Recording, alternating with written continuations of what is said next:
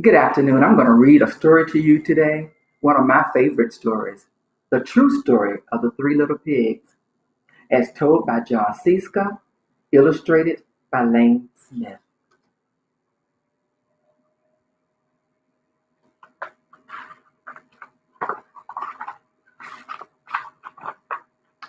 Everybody knows the story of the three little pigs, or at least they think they do. But I'll let you in on a little secret. Nobody knows the real story because nobody has ever heard my side of the story.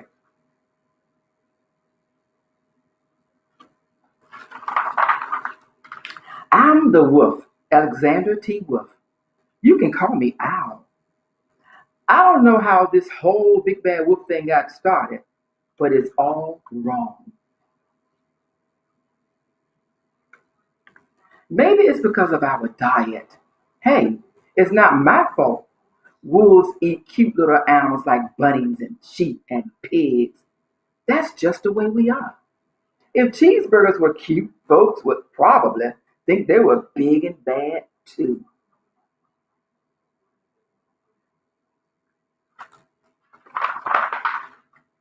But like I was saying, the whole big bad wolf thing is all wrong. The real story is about a sneeze and a cup of sugar.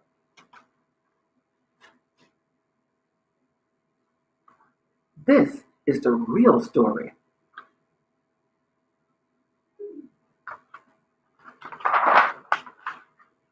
Way back in once upon a time, I was making a birthday cake for my dear old granny.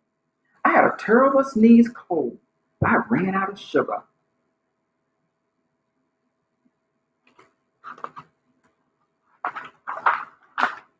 So I walked down the street to ask my neighbor for a cup of sugar. Now, this neighbor was a pig, and he wasn't too bright either. He had built his whole house out of straw. Can you believe it? I mean, who in their right mind would build a house out of straw?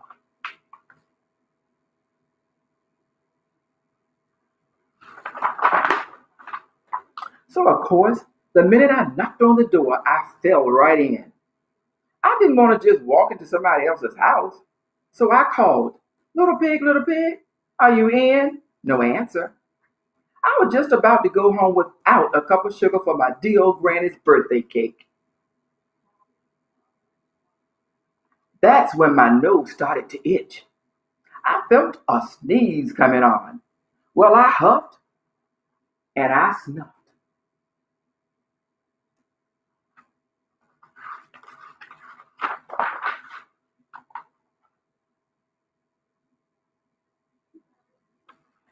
And sneezed a great sneeze.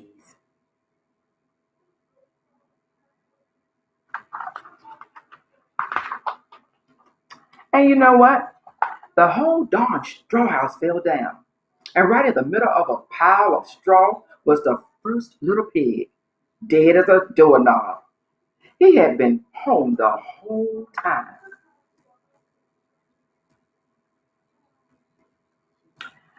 It seemed like a shame to leave a perfectly good ham dinner lying there in the straw, so I ate it up. Think of it as a big cheeseburger just lying there. I was feeling a little better, but I still didn't have my cup of sugar. So I went to the next neighbor's house. This neighbor was the first little pig's brother. He was a little smarter, but not much. He had built his house of sticks. I rang the bell on the stick house. Nobody answered. I called, Mr. Pig, are you in? He yelled back, go away, Wolf. You can't come in. I'm shaving the hairs on my chinny chin chin.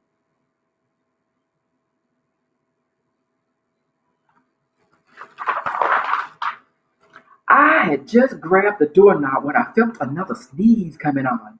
I huffed and I snuffed, and I tried to cover my mouth, but I sneezed a great sneeze.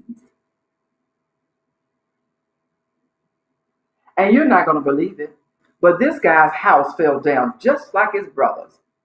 When the dust cleared, There was the second little pig, dead as a doorknob. Wolf's honor.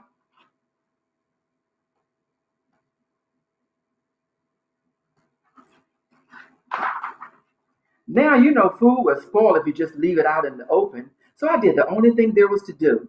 I had dinner again. Think of it as a second helping. I was getting awfully full, but my cold was feeling a little better. And I still didn't have that cup of sugar for my dear old granny's birthday cake. So I went to the next house. This guy was the first and second little pig's brother. He must have been the brains of the family. He built his house of bricks. I knocked on the brick house, no answer. I called, Mr. Pig, are you in? And do you know what that rude little poker said? Get out of here, Wolf. Don't bother me again.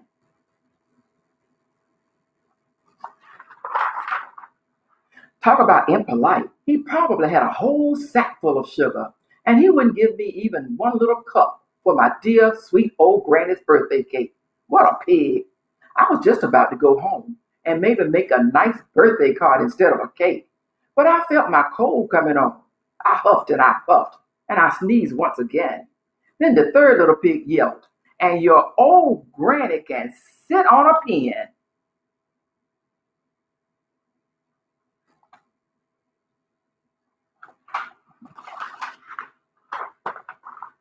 Now, I'm usually a pretty calm fella, but when somebody talks about my granny like that, I go a little crazy. When the cops drove up, of course, I was trying to break down the pig's door. And the whole time I was huffing and puffing, the sneezing, and making a real scene.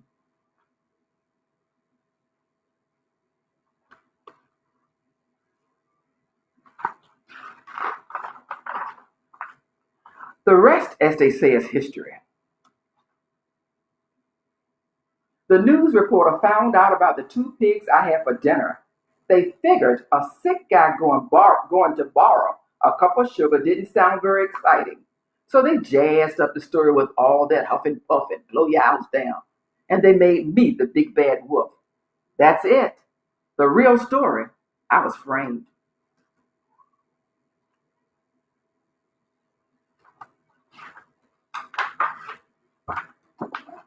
But maybe you could loan me a cup of sugar. I hope you enjoyed this story as much as I did. Um, I'll talk to y'all later. Bye bye now.